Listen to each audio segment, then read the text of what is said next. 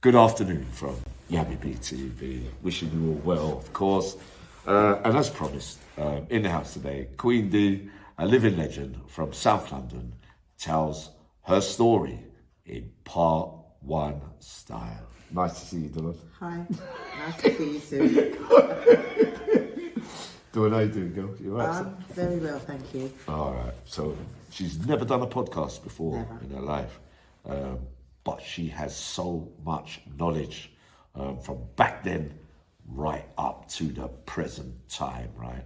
So Dawn, we'll start from the childhood. You was brought up, born and bred where? Peckham, Peckham! which is now called Pecknam. I thought, so why am I telling everyone you're from Brixton? No, I'm not from Peckham. I was born in Camberwell, Yeah. in St Giles Hospital, which is no longer there. No? No. Yeah. Born? No. There's no skating about it. You're born in where? Peckham. Peckham. Dulwich Hospital. No. Where? St Giles Hospital. Oh, St. Giles Hospital. Sorry. And you, early life. Yeah. Early life, Dawn. Early life, Siblings, mum, dad, brought up. Okay, where? yeah. I lived, well, my mum, my dad, my two brothers, and my two sisters. Yeah. How was it? It was all right. My brother, my oldest brother, it was quite funny because when I was growing up, because he's half Portuguese and half black, I used to say, why does my brother look like that? Because we was just brought up as kids, innit? But like he was obviously a different colour to us, so it was just always playing on my mind. And I think I was very inquisitive to know or want to know why is he that colour and not our colour. But my parents are Guyanese and we don't really know about past with them. They never spoke about their past. Yeah. Why? I have no idea, because you couldn't ask them. Because if you said to my mum, ask her anything, she said, kiss her teeth. Don't ask foolishness, man. It's mad, isn't it? What are you doing? Why? Parents, no one... Yeah, I didn't know my grandparents, because obviously they died, but I didn't know their name. It was just never spoken about. I just knew what was happening now. I don't know anything. Anything I know about my mum and dad's past is what people tell us, like the older age.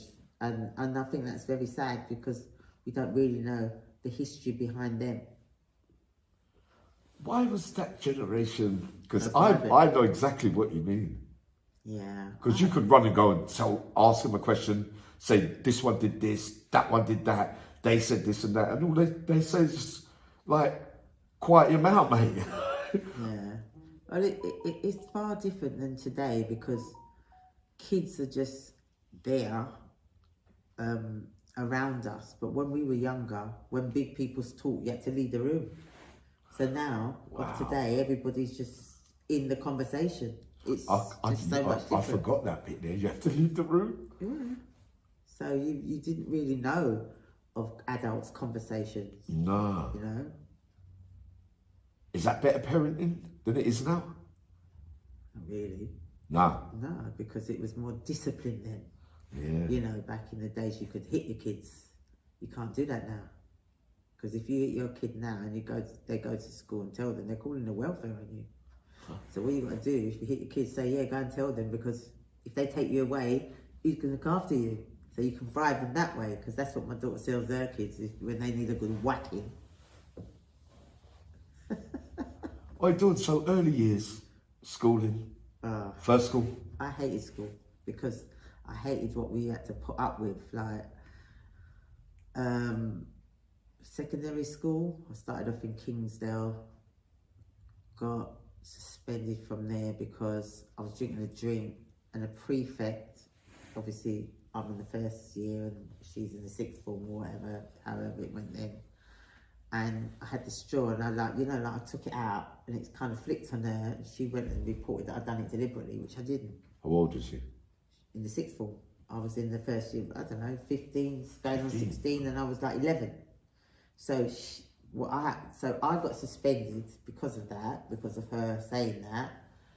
And I used to go dancing, dance schools. So my mum and a dance school teacher and me, we had to go to a meeting. So when they was talking about it, because I'm just sitting there like, not saying nothing. And my mum and my dance school teacher said that she's not coming back here. So I got taken out of that school, and then that was a mixed school. I got taken out of there, and I got put into another school called Collingwood, which is in Peckham. So I went there, and then this girl called me a nignog, and that was it. I just went ballistic, grabbed her hair, flung her around, so they threw me out of there. So now they're sending me to Thomas Colton, which is a school that no one wanted to go to. It was just had a really bad reputation. So I refused to go. I used to go when leave home to go to school and just go and sit down. There was this pub called the King's Arms, and there was like a wall. We used to go and sit there, and every day get picked up by the police and taken back to school. And as they put me in there, I was gone. So obviously that was building up. And then how I got into getting into problems was there was this white woman. I can't even remember her name. I can't remember nothing about her. I just remember where she lived. And we got into Marks and Spencer's in Peckham, and she had a pram with a little child in it. 13 years old I am. And she Still living at home? Yeah. Oh. And she stuffed the bag of clothes, and told me to walk out and push out the pram. Of course, when I pushed out the pram, they'd go round to me. She's rather left the pram. So you're not... And then, yeah. So, me being dumb. Which we was. She told them that I put it in there. So she's got back her baby with the pram, and I've gone to the police station. So my dad had to come and pick me up. And he weren't happy about that. So now, when I'm not going to school, and I've got now this over my head, my dad said, take her, go and put her into care. I'm not dealing with this. So that was the start of me. So then that's 3 schools I've gone through. So the next school now, because I've got put into that home, it was a family home. So the court case with the pram, Oh, you have to go to court to get a care order. I don't know. I can't remember if I went to court or I just got a caution or whatever. But social services, got involved, and it was like, and I refused to speak. I didn't used to speak. When I'd sit there with the social worker and she'd ask me certain things, I was like, "Are you gonna speak?" Yeah. I did. She never got nothing out of me. Nothing. When I say nothing, I was like the silent twin, or whatever you want to call them, that only spoke to each other. Do you remember them? Yeah. Right, that was me. I was silent. I talked to anyone else except for her. Yeah. So then now I've gone to this home, and I'm there, and they put me into another school in Guildford called George Abbott. Again, racial room thing. I got thrown out. So then now I have to be assessed now to where I'm going to go. So there was this next place called Middlesex Lodge. They put me in there. So you're only there for 6 weeks because you're getting assessment where to go, right? And so I was wow, you're the same. My mum and dad used to come and visit me religiously every week. Yeah. And that. But it's my dad would never. They put you there. No, my mum never. No, your mum. My mum didn't have no talk. Yeah. But he would only sit in the car. He wouldn't come in. He'd just drive her there and sit in the car. Guilt. Decisions are made sometimes, and you have to live with them. But one thing I could say, and a lot of my friends over the years said I had the best mum you could ever ask for. She went up high and low for me. Yeah. God rest her soul. She was she was the mum that she never gave up on me.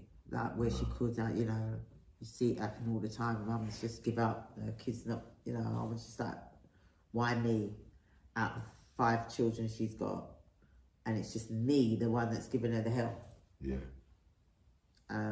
My younger brother, he's an engineer, a lecturer in colleges, so he's okay.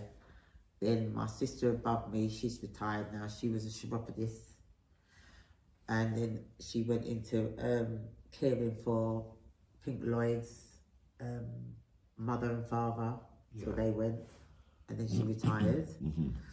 And my other sister, she's done, I think, clerical work or whatever she was into. And then my eldest brother's a lord. So you're the black sheep then? Yeah, he's the one with the kick it out. You know the racism kick it out for football. My brother was the one that founded it. Founded it. Yeah. What's his name? Lord Herman George. Herman, you know, I only know one Herman in this life. That's 2 now. Right, and he's yeah, gone now, he died last year anyway. Rest in peace. Yeah. Yeah, so the care order, Middlesex Lodge. Yeah, and then from there I got taken to the community school, which was run by the Salvation Army. Where? That was in Chislehurst. Yeah. Essex? No, that's in Kent. Oh yeah, Bromley, Kent. just near Bromley. Yeah, near Bromley, yeah. And I was there, I don't know how long I was there, that, there was this woman called Mrs. Nazareth. She was Asian looking, and I'll never forget, she had a niece, I believe, that had leukemia very young, and she was such a nice woman. I bumped into her a couple of years ago after all them years and still remembered her. Still remember the fact, because she still looked the same. She just looked older, because remember I was a kid and she was an adult. But I couldn't believe it when I saw her, and I went, Miss Nazareth. Wow. She looked at me, I said, she probably couldn't even remember my name, because she's probably gone through loads of kids and whatever, but I knew her, I remembered her. Yeah, because it's a deep, grounded memory. Yeah, so I was but there. that's amazing, that's a deep one, but it does happen. Because it's happened to me, and you think, how can you can still recognise, but yet you can't recognise most from 25, 30, 35 ago, 40, even. So Dawn, after that, so you come out of Middlesex Lodge. Yeah, went into this. Went into the community school. Then and then you're how old? I must have been about 14. And then where you mixing and what's happening, and when does the crime, the role models, when does it all start? Well, that starts later on in life, when I was about 18, 19, and then met Harry. Well, no, because I used to do. We used to have a trolley, me and my friend, and we used to go out and nicking meat from their supermarkets, anywhere we could just bundle it all in and go and sell it to this man in Stockwell Park Estate. Yeah, they always had money, so we always had that. Quick money. And so then, them days there, it was like, I remember going to Settlement in Peckham. This is a club. It was right near the Peckham police station. Right. But I was young then, and I weren't really allowed out either. We used to have to sneak out and all that, because I'm back home now, innit? What the care order fit? You're back at mum and dad's? Yeah, I was back at my mum's and that, because they sent me home, didn't they? So I never went anywhere after that. Because you didn't want to stay anywhere? No, I was back at my mum's. Okay. And then, so I started to go to this club. There was another club on our road, but I wasn't allowed to go there. That was called Coppleston. And them times there, guys used to have afros, like whoever had the biggest afro, you was you was the lad, and even the girls had the afros. It was all about afros them days. Jackson 5. Yeah. The stylistics. Yeah. Hot chocolate, yeah, everyone had afro, yeah. It's all ballers now, isn't it? All ballers now. Go on then, Dawn, so the meat, pushing it around and all that. And and then I remember in Peckham, there was, it was Shumat Road, but there was, they used to have the market down that end. So my mum's house was at the top end, the bottom end was the market. And there used to be this store, but like I said, the guy that we used to sell all the meat to, they used to buy any and everything. So we would just nick any and anything and go and sell it to them. They would still buy it. Yeah. So this is going to make you laugh. So there was this Asian man had a stall and the shop. So the stall was there and the shop's there. And we got the trolley. So we took the whole rail, rolled up the stuff, flung it in the trolley. No, I'm lying. We used to do the trolley thing, but this day I rolled up the things and crutched it. Right? Which means? Me pull it up your skirt. What, that cold meat? No. No, that's what it's called, crutching. I used to go out with girls that used to go in the supermarket and get the chickens and meat. That's crutching, isn't it? You're talking about. I've never crutched meat. I don't think. Oh, crutching what? Sorry. It was his clothes. Oh, clothes. I see someone crutch me. Yeah, I know. So that, I know. You know what used to happen? They 2 packs together, all that crap. But yeah, so when I crutched it now, I didn't know that the Asian man saw me. He just lift up myself. Give me that rascal. No. Give me that rascal. I was so nervous. I didn't even look back. I was on. Yeah, give me that rascal. Yeah. Couldn't say the word properly. Got away. Well, sometimes we used to speak about it and laugh. You know, you have a laugh about when of course you do. Things happen and that.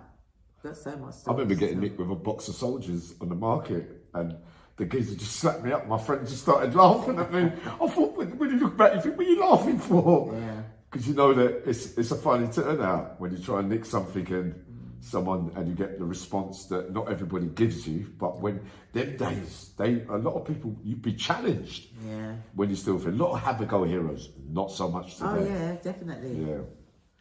Yeah. Yeah, doing so the clothes, moving on.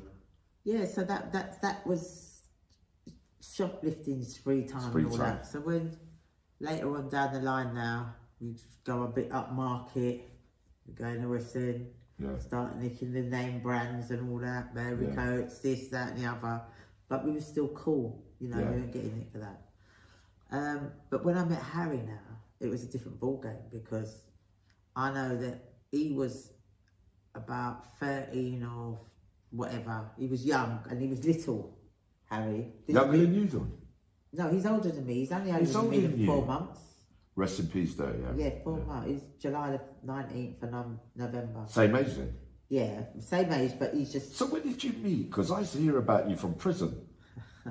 I was about 19, I think. God, man, I thought he was earlier than that. No. Where did you meet him? I met him at Small Axe. Small Axe Dance or whatever. It was called Daniel Rose off Landor Road in Stockwell. But I thought, weren't Small Axe, weren't that something to do with the Preddies? Yeah. Keith Preddy. Yeah. They used to call him Axe Man, man. Yeah, that's it. Yeah. Small Axe. I remember, for the viewers, my son's mother's from Brixton, from that bit there. Yeah, I'd done bird with him as well, Axe Man. Keith Preddy, he was the older Preddy. Yeah, they got sons and all that now, but go on, Dawn. That's where I met Harry, but when he was younger, how he got into things was, I don't know if you know Chipperfield. Well, anyway, that was one of his friends. That was his nickname, and I leave it at that. I don't ring right? So he took him into Marks and Spencer's, and now he probably had some little tear-up shoes on. Yeah. And made him leave his shoes on the shelf and put on the new Marks and Spencer's. They told me that story, but we all got to learn something. So that's to start with. Starting, so he's now gone. But when I met him now, they're dippers, underground. Yeah. Right? And then you had all them feds under there, the Byford and Donacheski and all these are police, but they've all, loads of them have been done for the McDonald's and all that. They all got done for corruption along the way or something, because they used to go into people's house and take the guys' cropsies and things like that. But, you know, obviously they couldn't account for where they got them from, but that's what they would do so they wouldn't get nicked, take their stuff. Explain that again, Dawn, for the viewers' purposes. What are you talking about? The sus law or just the police? Well, that's where they couldn't nick you, arrest you for anything, they'd take your goods. Yeah, but the thing is, the sus law and so you nicked the other one is attempted theft from persons unknown. No. They're both illegal charges that later on down the line got stopped. But there's also a police officer that has retired now and actually spoke about that on a podcast with James English. Yeah. And admitting that he was told to go and stitch up people in Brixton, black people in Brixton. They had done nothing. So that's sus, which later on down the line was abolished, both charges. But we suffered from that. Because as I said, when I first met Harry, they were dippers, right? And I begged him to take me, he didn't want to. This is how I got involved. I'm me with my fast self now. I said, no, I want to know about it. So when I went out with him and saw where they used to use a newspaper as their shield. As the cover. Yeah. When I first saw him take the purse, I went, oh no, Harry, give it back. He said, shut your mouth. And that was it. Like, it was all fascination for me at first, you know. Yeah. So, you know, obviously life went on. I'm involved in all this and that and whatever. And, so you started dipping but as well? Dipping is going into, for those that know, those that don't, is going into what, Dawn? The handbag? Yeah, dipping is pickpocket. While you're under the train station, on the streets, This public. is pickpocket. Pickpocket. So, that's all you need to say. But, you made me forget what I was going to say. So then you got into it, that with Harry. But with the sus law. Yeah, the sus law. Right, you'd get the feds that would just see you and nick you and say, this is not, that's not fair, is it? No, but. And if, it doesn't matter if you were at it or not. It doesn't matter if you had I know, it happened to me. If you've got an intention, unless someone says you're still not telling the truth. Yeah. Exactly. How can you say, I've got it on my record, right? And many hundreds and hundreds of people have got these charges on their record. Yeah. Attempted theft from persons unknown. Yeah. That wouldn't stand up in court now. No, it wouldn't even go. The police station wouldn't charge you now. Right, but attempted theft from persons unknown is on our record. Now, when we was getting all these attempted thefts from persons, because remember, they're out there to nick you, right? But nick you, why not wait for you to have something to say? Do it. Why did they need to? But this is all their promotion that they wanted, isn't it? Good point, Dawn. Right? And we've been the rebellers, because remember, our parents come over here and they had to suffer all these, no blacks, no white, no gypsies, no Irish, whatever, in pubs. And my mum's never been in a pub in all her life. My dad came, when he come to England, you call it suitcase, they called it grip, right? Go down the bottom, same marketplace, open his grip and sell his little goods to make a living. Yeah. That was his first start of here. People kicking it aside and all that, like, fucking way and all that. These are the things that our parents put up with, all this talk, where we come now, we're the rebellers, we're not having it. Now, when we were getting stitched up again with the sus law or attempted theft, all these convictions are building up. Who's going to employ us? No. How are we supposed to? They ruined our lives. I'm not saying what we did condone it, but you added to it unnecessary things that never happened just because you could. Because it's a good point you made, because those that know my story, sadly, I was labelled as a professional burglar, not really a good one. I was classed as a prolific thief. I was outside this on this posh road, right, Dawn? And because remember, they used to follow you back then, the police. They don't really do that. They just wait for you to make, because of CCTV, they've got advanced things now, so they don't have to really come looking for you there. But I was standing outside the block, but I was thinking, waiting for a chance and an opportunity to do something. But the car pulled up, three of them got out. They'd give me a bit of plastic, a slide, a Lloyd that you could use to get through the locks and get in pretty quickly. And they just went like, "You're under arrest, Sammy." They put the plastic in my pocket, and they said, "Yeah," and you press the doorbell there because there's no CCTV there. So they can say what they want. They used to go to the magistrate court in the morning and say that and the magistrate go, "Yeah, remanded in custody," but I didn't actually do what they said, but I was thinking about it. So what's right, what's wrong? It's a monkey turn out, isn't it? I mean, like now they've just cotton on to Charing Cross police station. Yeah. Right? Now it's not just Charing Cross police stations, it's all of them. They have them in there with what they do. They need to have undercovers in all of them to see what goes on. Because, it's all like putting cameras. They put in cameras where they want in a police station. It's not solving the problem of what they say and what they're doing to people. No one's saying, if you do something wrong, you get nicked for it. That's what they're there for. Yeah. But to add on it and to push on it and lie, and you can't say nothing because they bring out your previous. Yeah. So you don't stand a chance. You're going to get them days. You get remanded straight into custody. But it's happening now. Yeah, it's happening now. Because before they weren't allowed to bring out your previous. No. Now they do. Yeah. Now you have to, if you've got a case, you have to prepare your case and tell them how you're the indications of what you're gonna be pleading. I know, because it's all about money as well sometimes. Dawn, look,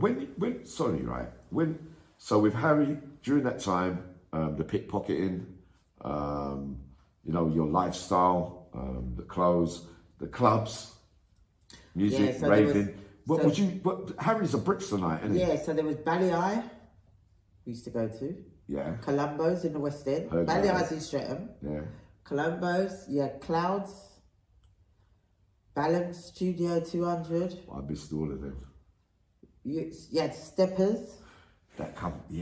Right, you had the Hut Relton Road. Yeah. There was loads. Villa Road. Yeah. Oh, there's Kariba. Yeah, I used to hear, but I was already in jail. Yeah, but you hear about all of them. I hear about all of them, yeah. Dawn, so what, the front line? You used to go on there? Yeah, that's where the Hut is. That's where the Hut is, right? No, I didn't know. I've never heard of the Hut, actually. We used to be on the roads, right? Say we went to the West End or whatever, everybody would go there to get their cab to go home. Because no one really drove them times. No. So everybody would, at some time of that day, would go on there. Yeah. Whether it was just to pass through or go into the off licence, you still pass through there. So in the beginning, you would have been the age when you met Harry, 18, 19. Yeah. Harry's was a kind of a well-known figure from Brixton, right? Dirty Harry. So how did you find the front line? Because the first time I'm not black, but I can remember going down there and I used to feel, when you look around, it's kind of like a fearful sight back then. And I've come from Ladbroke Grove front line, but going on the Brixton front line, right, like I reiterate from earlier, as my son's mum was from Brixton, it was a frightening sight for me to be a different colour to walk in, or did all people feel like that? I think, and white, but I got welcomed. I think because we were from round there, we didn't see that side of it. No. Like I know people experience fear going there. Yeah, do you? Right? Yeah, because I know people from all walks of life, like from North London, West London. We used to go skating and all that. But Brixton people used to seem to go anywhere. But other places would only come if they knew someone or that someone brought them in. Wow. So that gets me round to,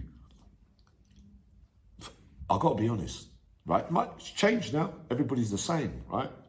But when I was younger, I used to be fearful, going many places because I was small. I was already doing in jail at that time, but most of my friends were black, a few white friends as well. But when Brixton men used to come to West London, North London and East London, I always used to witness a presence and an aura that everybody starts hiding their bracelet. People start putting things in their pockets. No, Dawn, no. And I'm looking like that. I'm going like that. Because I was relatively a sweet boy from West London, right? Who was a thief and that. But everybody said, those Brixton guys are here. Is it really as deep as that they had that presence? I felt it, but is that just me? And from what I witnessed from people around me, kind of mentioning it, if it wasn't such a factor, why would they say, oh, it's them Brixton geezers? No idea. Why? Scared? Maybe. Got that reputation as robbing everybody? A bigger... Well, there was at one time, Trends. Yeah, I went there. Do you remember that one? East London. When they laid, the guys that did it laid the people down and robbed all of them. Where were they from? South? Where else? I know, God. I know. Is it fair to say, in the early days, the 70s and 80s, would we say that Brixton, for the road thing and the Batman thing, they had the upper hand with... We could say that, but some people will not ever mention that is how it was. But it was though, Dawn. I know, but then you're being truthful to yourself, but some people are not having it. Say like you came from Tottenham. Yeah. Or you came from Ladbroke Grove and you rate your place. You're not going to come and say, yeah, Brixton, you rate it, are you? You got people like that. I'm not saying you would. No. But you have got people like that. They rate where they come from. Yeah, and they're not having it any other way, even if it's looking them in their eyes. But I rate the reasons why it's an interesting point that you make, Dawn, and it's just woken me up a little bit. Well, I'm awake anyway. But because I'm from West, moved, born in East, been everywhere, and then I started to hang around with those Brixton guys. Yeah. There's a remarkable difference for me when I'm looking back in behaviours. A complete different mindset. I'm telling you, mate. My guys are more the rich areas, go and get the diamonds and blah. Those Brixton guys were more like, yeah, you lot get that, but where is it? I know. They were more like, even when I was in Lambeth holding cells in the old days, and when we used to go to court from Ashford to Chelmsford, you have to appear, you have to stop at the, you know what, it was predominantly South London that used to do these things, and due respect to you all now, of course, but they used to go, when you used to sit down with all your, you know, because you used to get the food handed in with all the shopping, everyone used to sit there waiting with their court cases with the bags and all that, but those South London guys, I'm not going to name them, but they used to get up and take all the bags off everyone. Take it, that's terrible right. though, isn't it? But, but no one else used to do that. Why? But what was the mentalities of criminal behaviour? I don't know. From way back. That Brixton man was awful way back in the day, mate. Yeah, because to me, but everybody ended up being that way in the end anyway. Yeah, I mean, women, you didn't really see that happen. It did happen in prison. Yeah. But to the very weak people. And to me, because in the women's prison, they really are hard on bullying. Yeah. I don't know so much about men's, because obviously I'm not it's the same thing now. But, it's the same thing. They really come down heavy, and you could just be talking loud and they cast you as a bully. But I say, carry on doing anyway, but I'll say this, but those Brixton guys never took on easy targets. They never took what? They never took easy targets on. They'll take on all targets and anybody for any. So you could be a bad man in your own area and that area, but they'll still come. So I wouldn't say for that bit of bullying, but I know what you mean. When there's more than one, they wouldn't, like, if somebody was like big up here and you're little down here, you ain't going to take him on wherever he comes from by yourself. So that's not by yourself. Exactly. Maybe. So when you're talking about they would do it, and some one-to-ones, and half the time they don't. It's got to be like. All right. So the female prisons, your first encounters. Right. When did you first go to jail, and where did you go to, and what for? Well, I went to Holloway. That's where I'm in London, wasn't it? How old was you?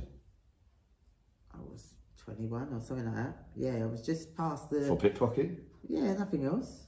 All right.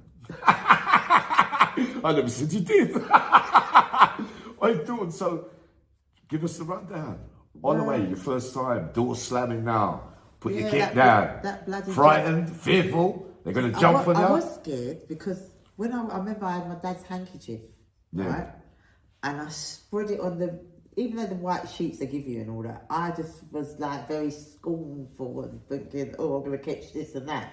Because my brain's working, I didn't know what to expect. Exactly. So I took the tissue and his handkerchief and I put it like that and it was like this all night, and then like you could hear the girls screaming in it, you know, all this and that. And I remember there was this girl called Maggie, I can't remember her surname, but it was two of them, and they were from country, but it was in Holloway. And every week they used to go, because we used to go court every week. Remember? On remand. 6 weeks, 8 weeks until the committal. And you go every week just to get remanded back again. But, you know, obviously over the years it's changed. Yeah, just 1 week now, you're up the crown. It's all about money, isn't it? Yeah. So they used to go to court normal. Yeah. And we used to be waiting to hear how they come back, because they come back and the block would be down, say like there, and you see the van drive in. So going to reception where everyone come in. We didn't have sweatbox for women then. It was just normal. Yeah. You know, and they used to come down to the block and you used to see them fighting. And then every time they used to use that thing like Gattel, slow them down. I remember they gave that rude a lot of people. Go on, do and explain it. It did. Explain it. What women's shells as well. Yeah. First, come on. But you know, obviously they cover up a lot of things. Like you would be able to see out the window, they're dragging them in, and then you'd hear them scream and shout. Next thing you don't hear nothing. But then you know that injection was gone in them, because it goes into their muscle or something. Does. You're monged out. You can't move. I wouldn't be surprised if them two girls are dead now. I wouldn't be surprised, because they were mentally disturbed. Dawn. So that first time in Holloway was horrific. Horrific. But that was the first couple of days. After that, it was like heaven. I loved it. Can you imagine saying that you love being in prison? It, to me, at that age, was like, it was just like, you couldn't wait, because you saw all your mates, every one of you, like all your mates was in there from North, East, West and South, and it was fun. Because when you get nicked and you go in the police station, all you want to do, when they say remanded in custody, you want to get to prison. Because you know he's there. Because you know he's there. And then times you used to be able to get your food, your cigarettes, your drink. You can't wait till I see him, you know. But my man's there. God, at least I'm and all out right. the window, what are you doing there? That's it. Or the screws would say, oh, you back again. Yeah. That's what we used to get. There was these two fat, real big, hefty, butch-looking officers that used to meet you at the gate when you come in. You just knew they were going to be there. One was called Miss Young, can't remember the other one's name. And they were just...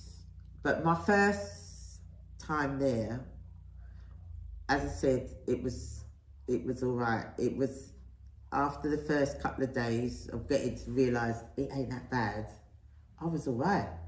But when I went to court, I didn't want to go back. But when I got to the court and that Judge Friend said what he said to me. Judge Friend? Knightsbridge, we're in London. Yeah, he said to me, you two, you belong in the gutter. And the key should be thrown away. I know that you've been at it and you'll be at it again. But on the other hand, I might be wrong. And the only way to find out is by putting it to the test. And he gave us probation. And on the way home, my dad, all the years I'm in this country, I've never been to the West End. And he just went on. And you know what? I sat in the back of the car, like a little orphanage, right? And he was just going on and on all the way home. And I tell you, something came over me that I wish I was still back in fucking prison. Who's your dad? Me. Oh, you know what your dad? How he's making? Yeah. Honest to God. Not pleased with that. No, because me, I'm not. But the thing is, obviously, my dad wouldn't have understood. He just said, my little girl, because I was his... You forgive him in later life? Yeah, like, my dad's your dad, isn't it? Like, they will say all this because they want you to better yourself. You know, like... But they haven't... You can't choose your parents, but some of their thinking skills, they're so up the other way that they can't see the other bits and bobs, but that's what it would really be. He couldn't come to terms that I was in jail. I was doing what I was doing. Why can't I get a job? He couldn't come to terms with that and didn't understand that with these things stitching up and all these things, you couldn't get a job. Like there's more opportunities today than there was But then, Dawn, even look, for ex-prisoners. But we was wrong, black sheep and all that kind of stuff. But it doesn't help 100%. if people make it close to you, make you feel worse than you 100%, feel but when already. you're- Because then, if that was the case, how did he? You're his sibling. Yeah, but so how did you get to go down? Where was his eyes? Okay. Wasn't he watching? Okay. What happened then? But when you was young... Yeah, but it's our responsibility. I'm just saying, No. you can't, But when you was young, did you ways. have that mentality, what you're saying now? Yeah. Did you? Nah. Exactly. Yeah, you that's can right. say it now. We're speaking now because we you know we got we've more been insight through and the wisdom experience into of it. Yeah, but you But couldn't It's like understand. the Yeah, kids you're of right. today. You're right. They're not listening to what we're saying to them, No. like all this and that. But No, later on because in their that's life, the when way they they're. grow up, They they're just gonna, want if they're to. They still want to give you. alive, They want to clap you in your head and just think. Yeah, I know it's different these days. different. But Judge Friend, interesting. Oh, he had so much to say. He was really funny, wasn't he? With his Judge Friend. witty. Yeah, but he could lead you astray and make it look like he's going to give you a chance and then turn it around at the last minute and say you're going. Yeah. You know what went in front of him in 1985, right, Dawn? He said he's a professional burglar. He goes, my name's Judge Friend. And I'm no friend. He goes, I'm no friend of yours. After my probation, and solicitor begged him to let me out because I'd been away since I was a little kid. So that's what I was saying. But the way he built up the speech, I thought I was getting out. Exactly. And then right at the end, there was 2 cases So- that bail applications. Like I think the solicitors probably told the people, listen, you're going in front of Judge Friend, forget it. But they still thought they might. but have he's a got, chance. humans have got different sides. He said to one guy, I think I like you. Yeah, that's right. I think I'm going to keep you. Yeah, that's right. Bound in custody. And another one said, They're not silly, he said the to majority him, of them. why didn't you come to court? Because he was breach of bail. Yeah. And he said, I didn't hear. He says, okay, well you go, you're here where you're going. Yeah, so he's very witty with what he said as well. Yeah. Very... It's how they're feeling on the day, mate. Because they're not stupid. he If felt you're like that at every it day and you've because- got loads of previous and you go in, we used to go up, me, Lennox, all my mates from back in the day, we used to appear at Marylebone Magistrates and we say, who are in front of Cannon, Frannon, Quinnell and all that. Oh, I can't wait, I like Quinnell, he gave me a chance once. And then you go in front of him and you get person. It doesn't work that way. They know that you're a crook, mate. And still, public protection, as I get older now, I realise is of the most paramount of importance. It don't matter. The emotional side is being in care, dysfunctional family, no parents, and blah, blah, Well, this blah. is it. I mean, at the end of the I day, have to there's say- only so many chances Right. that you can get. And then they're going to say, well, if I let you out, are you going to do it again? And then they gave you that bit, and then you did it again, and then you've got to go You've back. got to stop one at a time. You've got a time to go back, but I've had 2 big squeezes in my life, and both times I never expected it. Whole time I was getting ready to just go back and get time, and on the times you think you're going to jail, they let you out. Think what? Goes like that, Dawn. Yeah. So anyway, Dawn, Holloway. Who did you like? I've never been to a women's prison, right? I wouldn't mind it to. But Dawn, listen, who in that life, when you went to Holloway, big name lady criminals, not so much the gangster side, Myra Hindley's, Linda Calvi. Any figures that you met that stood out? What about that Melanie, the one that she's got a life? She might be coming on my program. Your friend. Melanie, she escaped. Helen Myers. Right, say no more. Yeah. So who stood out for you? Like, did you look was up to young, anyone? she Did you feel intimidated by any of those female prisoners? Did you look up to any of them female prisoners? Was it different to what I saw in a male environment with, pecking orders and that kind of stuff? How do female prisoners come across in general? Well, to be quite honest, from when I first went there, every time I've gone there, it's like different. It's different. It's not like the same regime all the time. Because What eras? people. What eras are we talking? How many years have you been going back and forth until this time now? Well, the first time, as I said, I was probably 21, and then I was in my 30s, don't know, 50s. And your biggest sentence? 7 years. For what? Possession with intent to supply. Co-defendants? No, I was on my own actually. On your own? Yeah. Go on, Dawn. Tell us. Inside there, Dawn. Well, like I said, like, all right, when I first went to jail. Did you get bullied, Dawn? Nah. They tried it with People you? try. Look, I've even been in dorms where girls are even going to be intimate with each other, and I woke up thinking I was dreaming, and I had to say, "What the you doing?" Oh, sorry, Dawn. I said, "Listen, I will press that belt and get you the Oh, out of single here." double bang upstairs. Well, it's double. It's 4 people in the room, and you go two you when I heard hop into bed and all that, and they're about to get it. I said, "I'm not watching no blue movie in here, you know." Is the percentages higher that way? Listen. Or lesser? First, Like, or does it even out? I thought, because no, it doesn't no happen a lot in evening male out here. prisons. When I first went there, there was 2 or 3 to the whole prison, and when I went back, it was like you weren't saying nothing if you weren't one of them. I said, well, I'd rather say nothing, thanks. That could happen in male prisons, boy. It's the norm in the women's. I don't believe, seriously, I don't believe they should ever, because remember it happens with the men in there as well, in the women's prison that work there, as well as the women with women, right? I've witnessed enough of these things. I've seen girls, one brick a next girl over a male officer because he bought chocolates and this and that for that one, and I've seen so much rubbish, Manipulation. and stupidness Yeah. going on. When I first went there, you only saw male officers at the gates. Yeah? When I went back there, the males are on the landings and all over the place. Same, probably, you never heard of it when you first went to prison, women working in there, did you?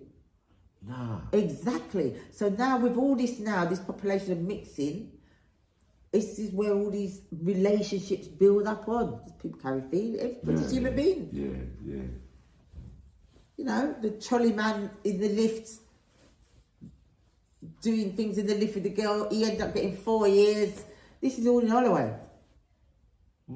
Right? So, you know, they entice all these things to happen, because why didn't you make it happen? Why didn't you leave the men on the gates like they were?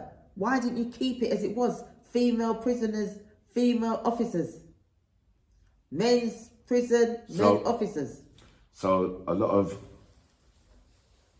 bullying, pecking orders in there? Do they just try it with anyone, or they lean on the shoulder, give you the... Well, I never personally got bullied, Yeah. right? Not bullied because I'm a strong character. No. But I've seen it happen. I mean, I was in Brock Hill prison. Yeah. And we used to wait till, because we were come from London. Yeah. We used to sit outside the phone box to wait for after 6 cheaper rate to use the phone. So the locals would just use it any time because they could.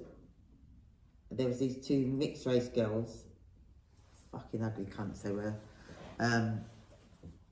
They were real big, so they probably could lick shit out of me, right? The size of them, but they were sisters. Yeah. And they were horrible, and they were bullies. Girls would go on their visit, get there, whatever, and they'd decrutch them and all them things they would do, right?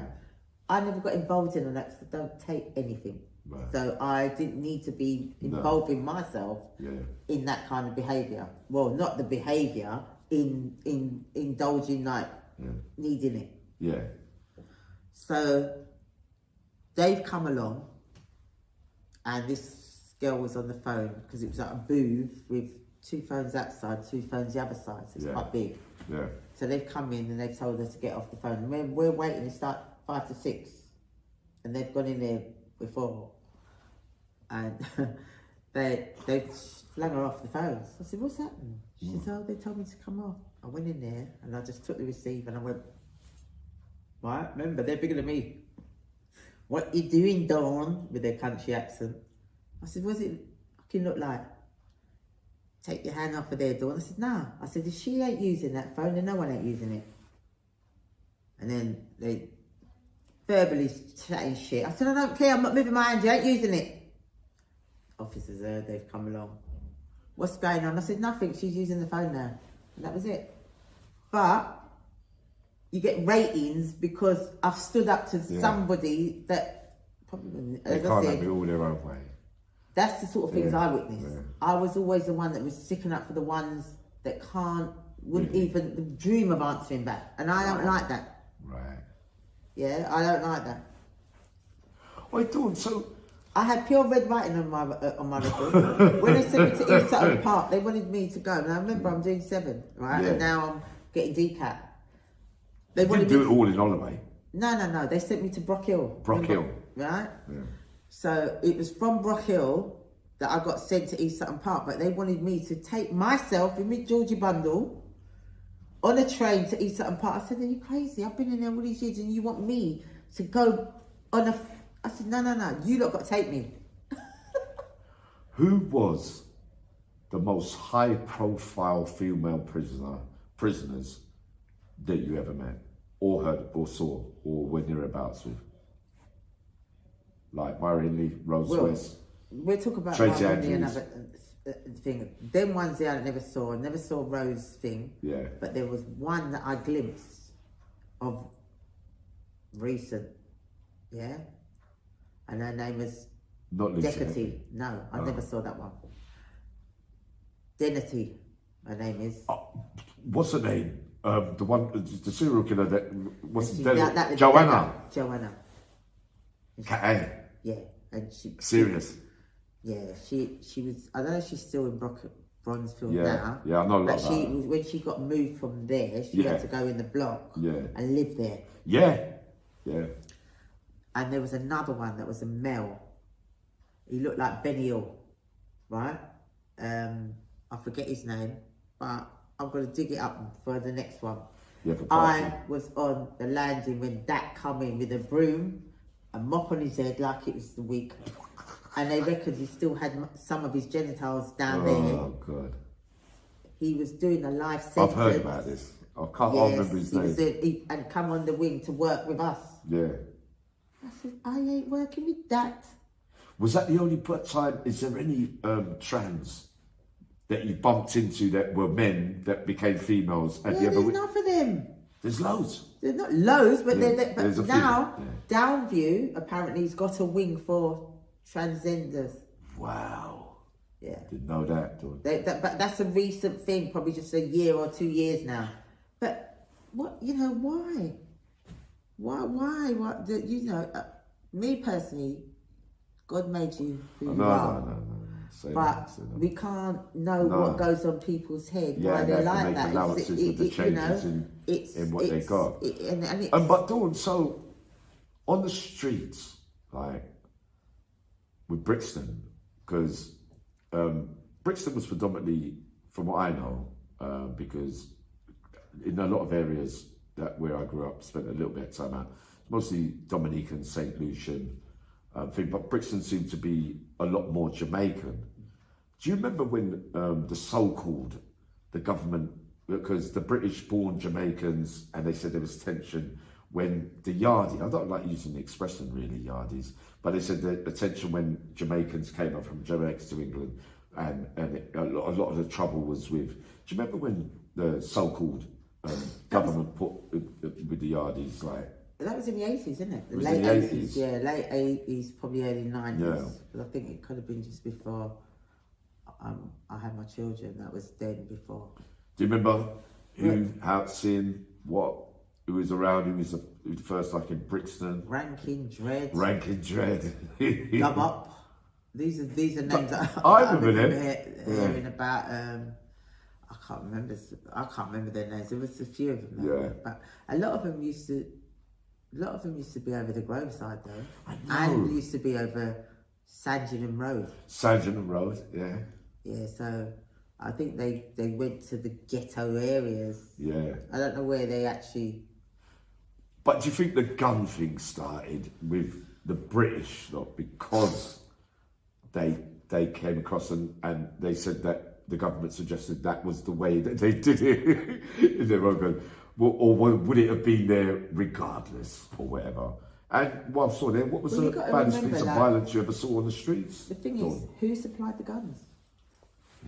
That's what you got to look at. Where did it stem from? It didn't just land here. The Yardies couldn't have just brought it here. The English just didn't get it here. Where did it come from? Who supplied it? That's what you got to look at. It's got to come from some government authorities that supplied. Because they know because what it's they're so bringing many. over. It's so much here. Do you understand? That would be like you're capturing drugs then if people just brought it in the country just like that. It's come some way through probably the army or whatever. I don't know. I wouldn't like to say because I might be saying the wrong thing. But I do believe that there's more power behind those guns than just the normal Joe Blood. Yeah. Dawn, so if you're talking about Brixtonites or Peckhamites, if you like, who historically for your age group, whose would you say names rang the most, like as up from then up until now? Because obviously the 28th gang, they came, the Raiders. Did you hear about the hangman posses? Remember, you see, you just mentioned that, the 28th. They're younger than us. They're younger than us. So before that was the Raiders. I wouldn't even know who they are. Yeah. I would more have to ask my children. Yeah. All right. Yeah. Because we didn't have gangs when we were young. Yeah. What about the Raiders and the hangman posses? And even that, I don't really know about any of these gang things. You know. Yeah. I don't really know about. I just know any people. standout figures from that shit life we talk about, the fake life, you know, the crime that we signed up for from Brixton and Peckham. Well, the thing is, a lot of, remember, like I said, we wasn't on this war thing. Nah. Right? Nah. So for us, the only people I can tell you is about people who's rode on the undergrounds and things like that. They're people that stood out to me because they were the people that I would mix with. That was the game. All we wanted to do was make money and rave and wear the best clothes. That was it. That was our era. It was nothing to do with like fighting off and all it's that. True, Dawn. Even when we used to be going as a young girl, when I used to be going to places like Colombo, no, it's true. we would see all the prostitutes. No, we would see all the prostitutes on our way going. Yeah. And later on, we'd see the prostitutes with their pimps inside Colombo's. That's how it was. Most of them big man, they were pimps. Most of them are pimps. They had their girls on the street working it. What, live off ladies? Well, what do you call pimps? That's it. And they weren't, you know, probably wouldn't even admit it.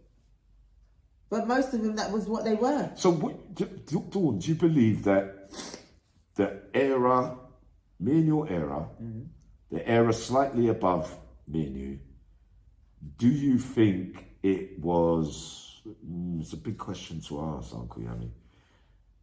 Do you think that that age group, it wasn't too frowned upon or looked down upon that they went with underage or young girls and manipulated them, and it was an all right thing to do at that time and nobody said F all?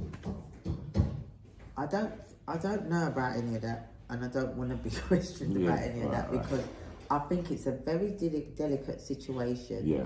Because if things like that did happen, who would believe? Back then or now? Back then. Maybe now, because there's a lot of things that are coming forward with historical situations. Yeah. So, look at Tim. Yeah, that's what I was going to say. Exactly. That's going way back. But they used to move. What happened to... That's what I was going to... Good point here, Dawn. So Tim Westwood, right? But he was around Denlock from South London. Is it true that they told him never to come back to Brixton? I have no idea. Did you know... Did he prey on young, vulnerable black women? All I can say is what I read. And not everything what you You read. saw him back in the day. I used to go to People's Club and see him. I saw him. In West London. He was not a favourite fan of mine. I used to think he was a wannabe. But those Brixton guys took him on. That's their business. I'm telling you about what I thought. But did you ever hear that they run him out of town? I don't know. Because there was attempts made on him before. And, yeah, but then what about little Andy? yeah. Because they said he was responsible for setting that up. Whether it's true or not, I don't know. Yeah, okay. But, you know, these I are remember things, Dawn, you're right. These are Funny how talks. you should mention that, because Talks one of my that, nephews you know, rang me like- this morning, and he knows you. And he said to me, Jan, you remember, but I forgot to, obviously we're just doing this off the cuff. Anyway, we can't talk about things, about trials and things like that. Exactly. But then they took him on. It's mad, isn't it? Historically, how all these things come out in later life. You get to pay for, or, you know, things come out, what's in the dark comes to light as time goes on. Never know smoke without fire. I always believe when there's a series of things that come up, then there's got to be a little bit to it. But the thing is with things like that, it's people or women, should I say, or girls back then, they either could have been manipulated to not say nothing, or it could be they were scared to say something, or they just thought that they wouldn't be believed. So there's three elements to it. Not being believed, scared to talk. What's the third one I said? be believed. Nah, because you just threw my whole head around the Westwood thing. Because the big thing being talked about in South London at the moment, not be believed, scared, and just probably just don't want the shame, Dawn, of it all, that they participated and probably either unwilling or willing at the time, or coerced or whatever, that they played a part and they have to come out in later life to do it. Why didn't they do it then? Because the reasons why you just explained. And that because when more people come out, it gives more people the energy to do it. But with the historic stuff, it's a bit, you think, well... And not only that, you've got to remember, there's a rejection side as well. Well, yeah. Because, you know, like, when you have a relationship or a friendship, whatever you want to call it, if there's a rejection there, that can have a big role to play in what's going to come next. Because at the time, if you get speeched as a man to a female and you get taken in and you're vulnerable and a man's got the upper hand intelligently and you believe that, and he's got all the stuff to go with it, and then you just say afterwards, yeah, and that's it, and they feel like shit afterwards, and then they think, but hold on, he just blatantly mugged me off, but I can't really say anything. But is it a crime or isn't it? You participated. Isn't that the same thing? What this lady that's gone around telling people that she was raped and now saying that it's all lies, but she did it because Victoria Everest. Yes, and she's done that because she was vexed or felt rejected or whatever. It's not even the fact that it's right what she's done, but people can, they say a woman's scorn. Yeah, that hell have no fury. Right. Rejection and thinking skills and mental health. But you can't lock up a man. Exactly. It's the worstest thing you could ever do to a man if it ain't true. But then you see, sometimes when men are trying to chirps a woman, I use the word chirps, right? Yeah, like sweet talk. Yeah. When they're trying to do that, you might not have no intention of wanting that woman, but that woman you might tell her some whatever words making her feel that, and then you just nothing. Look, direct question. If all these historic offences, Westwood, all these people think, and some of our geezers, people from town and cities that we all know, are around them for all those years and years and years, do they witness that he's doing this kind of stuff, or they're doing this kind of stuff, or they're just saying, you do your thing, I'm not really involved, or are you complicit, or are you even guilty about watching it, seeing it going on, and thinking it's... So how do we weigh it all up then? Because if all the timescales and all the scenes and all the crime bits and all the dates and times and places that are being suggested, you're around about that time there, you've got to, on the rave scene, see things. So then you're either going to be a witness on behalf of, no, not get involved, no, But or just know that it's something to happening. hide as well. Easy, living off someone else's fame to get through so that you get your wicked way and desire. I'm just saying, I'm not saying it's right, I'm just saying, where does it leave? What is that a reason sometimes? Because people, not just ladies, men can't really say anything because, or either way they can't win. Because if they didn't participate and they wasn't complicit, but they watched it from a distance, it's not like they can go, well, yeah, I was there when all that happened and all that, because everyone's going to say, well, why didn't you do anything about it? Quiet. Sister love, mate.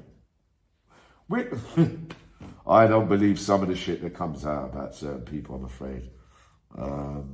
I prefer, honestly, I don't like people that have rode off big name characters in their communities, and true, in but- later life, but you lived off it, called their name. It was my thing, you know, like some of the stuff, I'll be honest with you, I'm not really happy about what they said about Vincent. I've got to be honest, because the reporting, I'm not saying that because I'm distant with other members, but I'm not feeling that when there's not conclusive evidence as in where he's been charged and things. And you, at the time, you used his name to such a degree to benefit yourself, but in later life you want to come and kick a man down as he gets older. But what is the benefit though? The benefit in because the to me, early days is the protection that you want your name associate. They don't put that into your head. You'll take that on because you're of the belief that they're up there and they're big pillars in the community, bad men, good men, whatever. You want to get involved. I just can't understand what an individual gets out of it. It's the same with the other one. We won't say. Yeah, oh God. What is the benefit do you benefit by doing these things? If there's a benefit for you, then that's a reason, isn't it? But if there's no benefit, just calling out this and calling out that.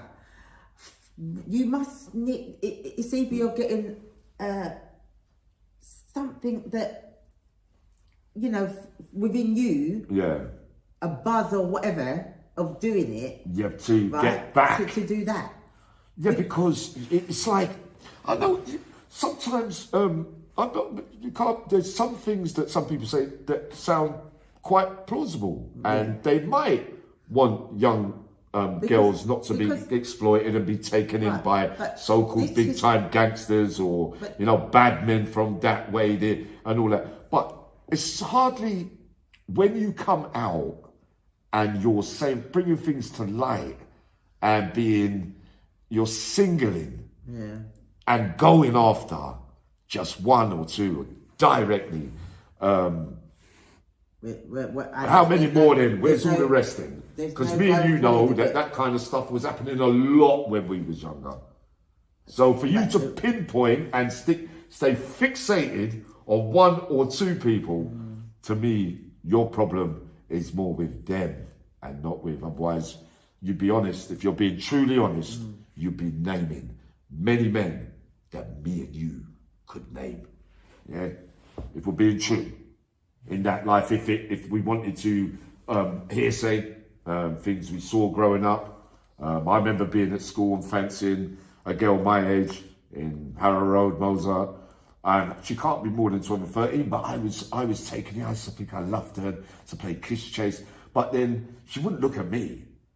But the big man from round the corner, who's 17, 18, 19 with all his jewelry on, he'll be the one taking her round. And I think, oh, he's a bigger man for me, but we don't know no better. But now we think, wow, is that exploited, manipulated? It is. You're underage, blah, blah, blah. But in those communities, nobody really said nothing much, did they? But everybody was watching, but no one said nothing. Yeah, I know a big So what's the point? That when I was at Vauxhall College, we used to go to his house because my friends, they lived around the back of where he lived. And we used to watch him. He used to really cook good food. So we used to just go in there as younger girls. Yeah. Just to get the food. Yeah. Right? But we watched him with girls. We watched, not watch him physically. Yeah, but... watched them come in and go upstairs and the girls, them God. talking, oh yeah. So like, every week that man was in Southwestern Magistrate Court. But no one would testify against him. And he's got away with all that up until today still. Yeah? Because the threatening of what, Dawn? Whatever the was, it was why they never think. I see him with one girl. She ended up getting pregnant. The mum was sleeping with him and the dad used to come and pick them up. God. Not knowing what was going on. I don't know what they told the dad, why they were there. Everybody got answer to God in the end, boy. Exactly. No wonder they don't get miserable and think they got to live with what they've done. Because I know, time passes and who's to blame and you know, it was your fault and it was mine and it was, you know, it was yours, man. With historical things, there's so much element behind it because of the threats, what would be given. If you talk, that's the main thing. If you say anything, what, I'll kill your friend, I'm gonna do this, I'm gonna do that. All these little things mixed up into somebody's head. Yeah. Well, 1 second, I've got to go to the toilet. Pause this video for 30 seconds, right? Because I've got my man, he can join it together at the end. I've got to go to the toilet. Yeah, welcome back to part 2. Sorry about the little bit of a break here. Dawn, look, coming at, how many times, so you've been back and forth to prison consistently, fair to say, what, over the best part of 4 decades? The longest period you've been out now? Coming out, the support, help, how do you feel, Dawn, with living that life that you've led now? You've turned your life around now and you're doing well. When you're in jail, the only thing you think about, well, I did anyway, because everybody's different. I don't know I can only speak for me. Yeah. The main thing I worried about was my little possessions. And fact is that you're in there, you can't do nothing. So all your bills and everything, you can't even think, you can't take none of that on because you know that your hands are tied. Yeah. So that was my only concern, that these things were paid for, you know, what you got out there and whatever. I never lived in a council flat to lose a council flat. I've always had a home, a house of my own from I was the age of 23. My mum sorted that out and mortgage and all that. So I've always lived in my own house. Yeah. Coming out of jail. And my mum, God rest her soul, is the fundamental figure behind me. Like, she's kept everything going. She was the backbone. Otherwise you'd have lost everything. Lost everything. And that's why people would say to me, your mum's the best. Yeah. You know, because other mums... It's a real concern when you're in there. You can't, your hands are tied, you can't do nothing. You know, I'm not knocking anybody's mum because it's what they can afford. Yeah. So, you know, maybe some people went in there, they lost it, but their mum couldn't afford to keep it or whatever. You know what I mean? Like, so I'm just saying that I was fortunate to have a mother to do things like that. Now my daughters are older and they're working and they're doing things because I brought up my kids and my nephews, because they was with me before I had my kids, and my nephews have got, one's 48, one's going to be 50 soon, and my niece, one's 48, one's 49, one's 50, right? But I brought up my nephews as my own because I didn't have my children at the time. So I used to say to them, like, don't get in trouble, don't do anything wrong. I've got the bad slate. If you want anything, ask me, I'll get it for you. And that's what I did. Yeah. And when my kids come along, same thing with them. I brought them up, put them in private school. I worked, everything that I worked for, any wrong that I did was to better my children. Because my motto is, not what monkey see, monkey do. So that's how, you know, whatever I've done, saying It's paid off. like, It's paid off. practice what you preach, but really, one of- sometimes you just want to give the good advice anyway. You have to do the right thing no matter how One you're of my feeling. friends said to me, "Oh, why are you putting them in private school and all this and that?" I look back now and say, money well spent. Yeah. Because a lot of my friends, their kids are either in jail, Yeah. dead. It makes your soul and better whatever. that And you've for done me, the good deeds and the for things me, that really matter. I ain't knocking nobody about whatever they do, however Yeah. they want to bring up their kids or whatever, you know, or if they've done well, praise God. If they've done bad, praise God. For me, I can sleep good at night knowing that my kids are not going down that road. No. I don't have to worry about no one knocking on my door. Your child's dead or whatever, or it's been arrested for anything. I ain't got to worry about that. No. I ain't saying that anything can't happen because we don't know when we step out that door, even if we're going to come back in. I know. But while we're here, I give thanks for just waking up. Yeah. Yeah, I really do, because Grateful, darling. you have And to plus be. the soul's clean anyway, because Listen, when you we've get lost through so the many things soldiers, that, and you got to no matter what you remember- feel about yourself, and you do your kids, blah, blah, blah, means your conscience, it's Yeah. all right with that, And, but you know, not everyone has no. the luxury No, they don't. to be able to, and have the strength to be able to do that. Exactly. But you're picking up pieces. What help have you had coming out of prison from probation? How have you had Well, those my things last you've gone sentence over that I got, because my case was a high profile, I got no help. I didn't even meet my probation. I didn't get rottle, nothing. That was a 3-year sentence. Rottle mind you. is like day release and things like Yeah, that. Yeah, but just coming home to send your out the kids or door. whatever, nothing, right? Right. Even though she went to my house with a police officer. I've never heard of police officers going to your house with a probation officer, have you? No. Well, But it has changed. It happens. She went with a police officer to my house Yeah. and met my children. And you know who else was my kids? I find it really bizarre that your mum lives this extraordinary life and yet you two have got no convictions. I went ballistic. But that means you've done well, Dawn. I went ballistic. You can't hide. They can't When I hide. You came don't out, get away with it. I didn't say nothing to it, Yeah. because I didn't know who she was. She never introduced herself to me. She just went something, because the probation thing's different now. Yeah, different. They don't come in the prison and visit you and Nah, all that. nah. So obviously, I've done the whole 18 months. I didn't have no tag, no nothing, right? Yeah. Straight, because our profile, they knocked me back.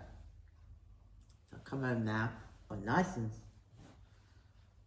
Gone to the probation officer now, gone to the probation, and obviously introduced her. So this is where it goes all pear-shaped. Hi, Dawn.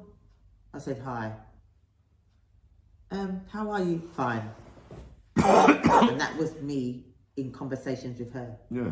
She says, oh, Dawn, we've got to get on. I said, no, we don't. She said, what's wrong? I said, how dare you come to my house and tell my kids that you think it's bizarre that they don't have a conviction? I said, they're normal human beings. Do they have to have convictions? Silly thing to say.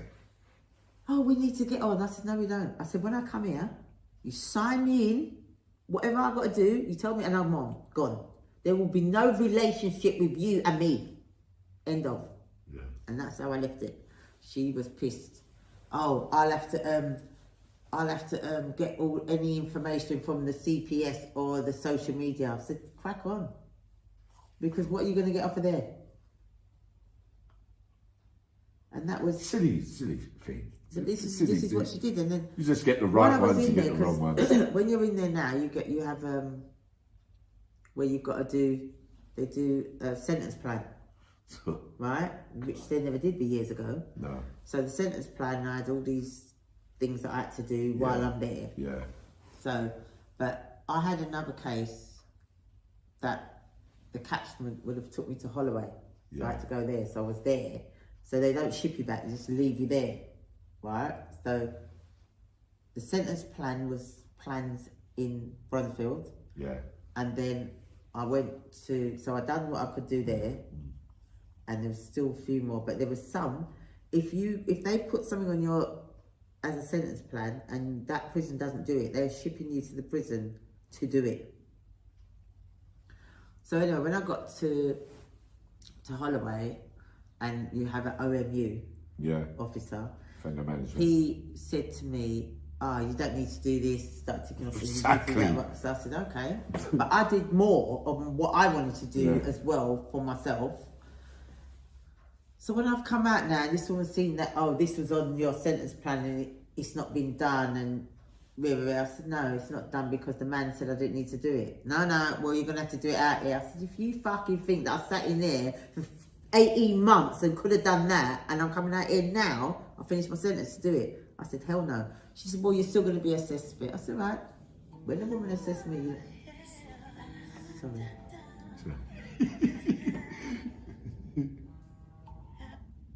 I can't talk right now. I'm on a podcast. I'll talk to you in a minute. I'll phone you back.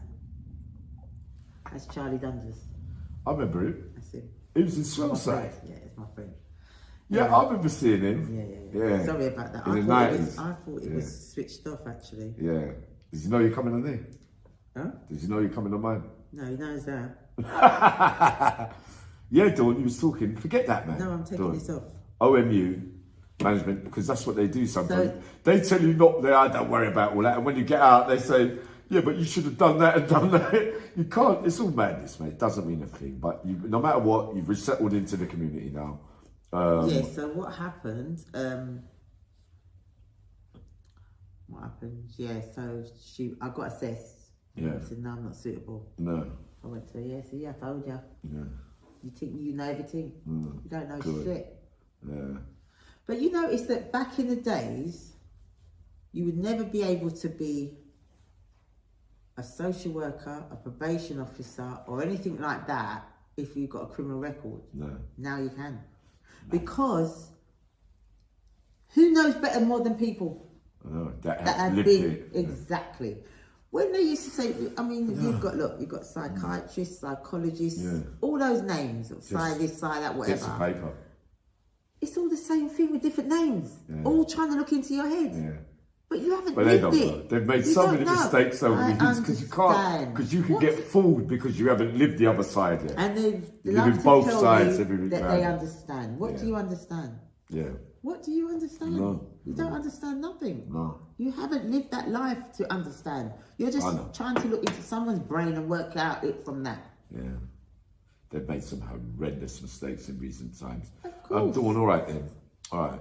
So, part one out of the way. We had a lot to go into with the names and I mean, there's a lot of rest in peace as well in there these days, Dawn. We was going to go into it today, but I think for our first podcast, we'll leave it as part one. And on part two, we'll delve into all sides of London. And plus, Dawn's had a lot of loss to deal with as well, like many of us when we reach the grand old age. And like she says, no one more experienced than the people that have lived it. Sometimes you just got to be grateful you even reach the ages that we reach.